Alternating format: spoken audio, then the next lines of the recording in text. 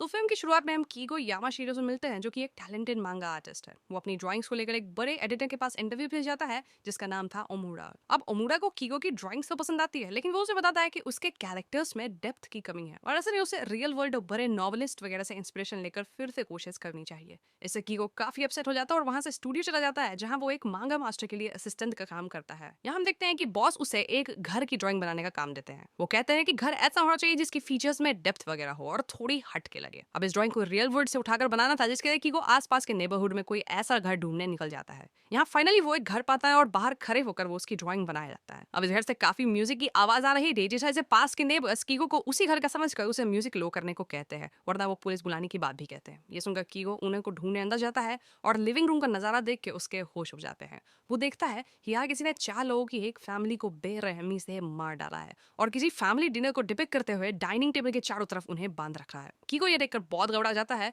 और पास ही बैकयार्ड में किलर को भी देख पाता है। ये किलर कोई साइको लग रहा था और कीगो को अजीब तरह से घूर रहा था। तो अगले सीन में हम पुलिस की टीम को इस लोकेशन में देखते हैं, जहां पुलिस हेड मकाबे और डिटेक्टिव सीडा कीगो को इंटरोगेट करते हैं। हमें मालूम होता है कि ये फुनाकोशी फैमिली थी और ये चाकू से बार बार स्टैब करके मारा गया था। यही नहीं, कत्ल के बाद किलर काफी देर इनके साथ बैठा भी रहा था। तो नेक्स्ट सीन देखते हैं कि कीगो इस पूरे कत्ल वाले मिस्ट्री से इंस्पायर्ड एक मांगा डिजाइन करता है और दूसरी तरफ पुलिस इस फैमिली के मर्डर के लिए हेनमी नाम के आदमी को पकड़ लेती है, जिसने पहले भी ऐसा कत्ल किया था। हेनमी एक अजीब तरह का डेमेंटेड आदमी था और पूछने पर वो डायरेक्टली कन्फेस भी कर लेता है कि हाँ, मैंने ही ये कत्ल किए थे, जो कि उसे इस बारे में कुछ भी नहीं पता था। शायद इस बंदे ने कत्ल किया नहीं था, लेकिन वो डिमेंटेड टाइप का था, तो वो मान लेता है कि हाँ, मैंने किया है। अजीब था। हम ये भी देखते हैं कि पुलिस को मर्डर वेपन नहीं मिला है। अब कहानी को आगे बढ़ती है, जहाँ देखते हैं कि कोई हराई फैमिली जिसमें हस्बैंड वाइफ और 2 बच्चे थे, वो एक कार में बैठकर कहीं जा रहे थे, जब रास्ते में उन्हें वही पहले सिंह वाला कातिल दिखता है। यहाँ ये अपना नाम इन्हें मोरोजुमी बताता है और मोरोजुमी बड़े प्यार से इनोसेंट आवाज में इस फैमिली से पासी के एरिया तक लिफ्ट मांगता है। ऐसे फैमिली उसे अपने साथ बिठा लेती है। कार में बैठते ही मोरोजुमी कुछ अजीब बात करने लगता है, लाइक ये कि 4 लोगों की फैमिली हैप्पी फैमिली होती है एंड इट डिपिक्ट्स परफेक्शन। यहाँ मोरोजुमी नोटिस करता है कि फैमिली का बेटा सनराइज नाम का मांगा पढ़ रहा था और उसे बताता है कि 34 नाम की मैगजीन इस कहानी पर सीरियलाइज कर रही है।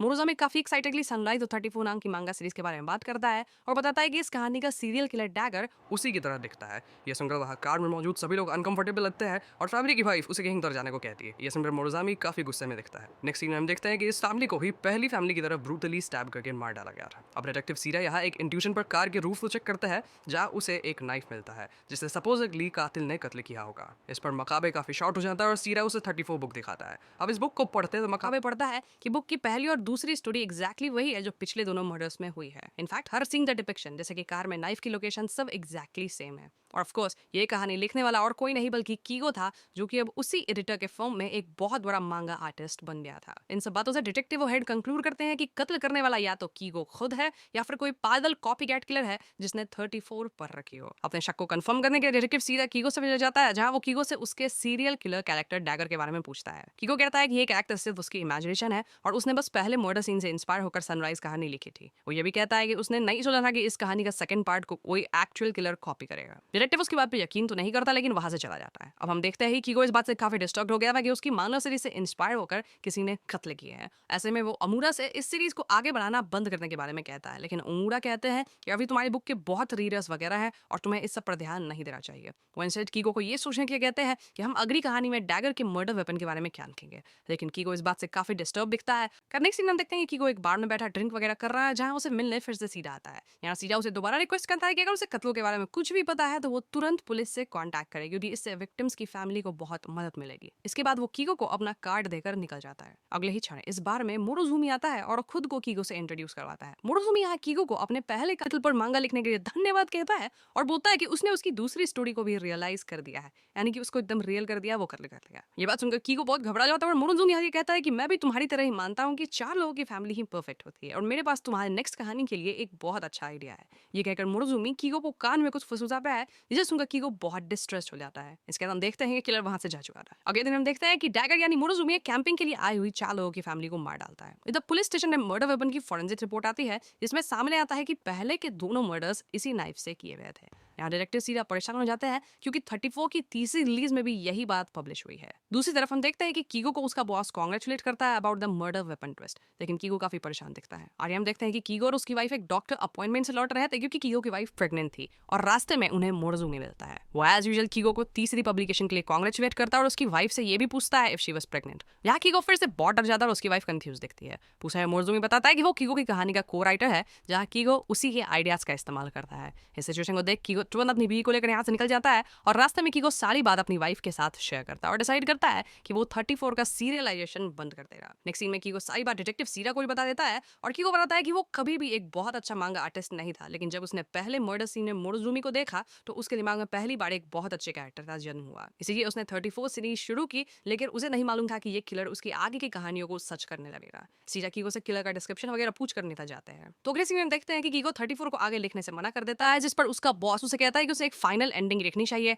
ताकि 34 के रीडर्स को क्लोजर मिल सके। एंड नेक्स्ट सीन में कीगो से मिलने फिर से मोरजुमी आता है, जो उससे पूछता है कि वो 34 को क्यों बंद करना चाहता है। इस पे कीगो उसे भला बुरा सुनाता हुआ कहता है कि उसने सारी बात पुलिस को बता दी है बिकॉज वो किसी सीरियल किलर को नहीं बचने देगा। इस पे मोरजुमी कहता है कि तुम और मैं एक ही जैसे हैं, क्योंकि भले ही कहानी एक मांगा की हो, लेकिन तुम्हें भी 4 लोगों की फैमिली को मरता देखना ही पसंद है। इसके बाद वो कीगो को एक फाइनल कत्ल की कहानी लिखने के लिए कहकर चला जाता है। कीगो उसी वक्त सारी बात डिटेक्टिव सीरा को बता देता है और पुलिस छानबीन से पता लगाती है कि मोरोजुमी वही पास के एक विलेज में डिलीवरी का काम करता है। उन्हें कीगो के फर्स्ट घर वाली ड्राइंग में मोरोजुमी के वैन की पिक्चर भी देती है। इसके बाद हम मोरोजुमी को उसके घर में देखते हैं, जहाँ का माहौल काफी भयानक था। यहाँ मोरोजुमी ने अपने सारे विक्टिम्स की तस्वीर वगैरह टांगी हुई थी और वो डिसाइड करता है कि भले ही कीगो लिखना बंद कर दे, लेकिन वो लोगों को मारना बंद नहीं करेगा। दूसरी तरफ लोकेशन में पहुंचकर पुलिस की टीम को मोरोजुमी नहीं मिलता, जिससे सब परेशान हो जाते हैं। इधर मोरोजुमी एक और परिवार को हर बार की तरह मौत के घाट उतार चुका था। नेक्स्ट इन डिटेक्टिव सीरा को देखते हैं, जो कि हराई फैमिली की मर्डर के पिक्चर्स को 34 की कहानी से कंपेयर करते हैं, जहाँ उन्हें एक रोड साइन मिलता है जो कि दोनों जगह पर मौजूद था। वो फौरन कीगो के पास जाते हैं, उसे पूछते हैं कि उसने अपनी कहानी में इस रोड साइन वाली जगह को क्यों यूज किया।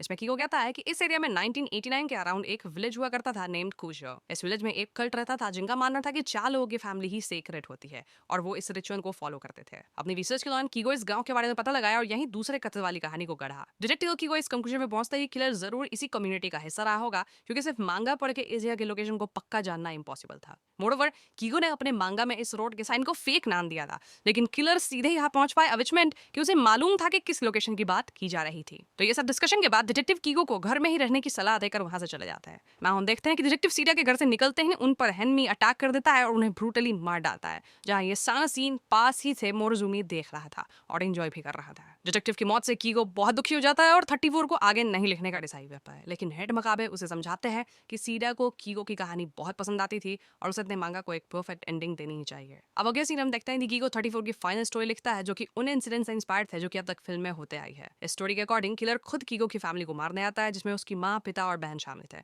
अब कीगो का प्लान ये था कि पुलिस उसके घर में इंतजार करेगी और मोरोजुमी के यहाँ आते ही उसे पकड़ देगी, लेकिन इंस्टेड मोरोजुमी कीगो को कॉल करता और कहता है कि तुमने कहानी सही नहीं लिखी है। तुम्हारी फैमिली परफेक्ट फोर्ड नहीं है, क्योंकि तुम्हारे पेरेंट्स ने दूसरी शादी की थी और तुम्हारी बहन अपनी नहीं है। यह सुनकर कीगो शॉक हिलाता है और मोरोजुमी उसे कहता है कि मैंने परफेक्ट फैमिली ढूंढ ली है। इसके बाद कीगो तुरंत अपनी वाइफ को फोन करता है, जहां उसकी बीवी उसे बताती है कि वो ट्विंस से प्रेग्नेंट है। ये सुनकर कीगो समझ जाता है कि मोरोजुमी उसके घर आया था to kill his wife and him. यहाँ कीगो पुलिस वाले लेकर आता है, लेकिन मोरोजुमी कीगो पर हमला कर देता है। वो उसकी वाइफ को मार नहीं पा रहा था कि कीगो उसे बातों में उलझा लेता है। ऐसे हैं कि कहानी के अनुसार मोरोजुमी को पहले कीगो को खत्म करना होगा, वाइफ और बच्चों की बारी बाद में आती है। यह सुनकर मोरोजुमी उसकी तरफ बढ़ता है और किसी तरह कीगो उसका चाकू लेकर उसी पे अटैक कर देता है। इसी बीच पुलिस भी आ जाती है और हेड मकाबे कीगो से कहते हैं कि वो मोरोजुमी को कानून के हवाले कर दे, लेकिन इस पॉइंट पे हम देख पाते हैं कि कीगो के ऊपर इमोशंस हावी हो चुके थे और वो मोरोजुमी को मारने वाला होता है, लेकिन एन वक्त पे डिटेक्टिव उस पर गोली चला देते हैं और इस सीन में कीगो मोरोजुमी के ऊपर वैसे ही गिर जाता है जैसे कहानी के फाइनल चैप्टर में डिपिक्टेड था। ऑल्दो कीगो भी जान यहाँ बच जाती है क्योंकि उसने बॉडी प्रोटेक्टर पहना हुआ था। यहाँ से उसे हॉस्पिटल ले जाया जाता है। नेक्स्ट सीन में मोरोजुमी को कोर्ट में पेश किया जाता है, जहाँ उसे सारे कत्ल के लिए अक्यूज किया जाता है। एज ऑडियंस हमें पता चलता है कि मोरोजुमी एक ऐसे कल्ट में पैदा हुआ था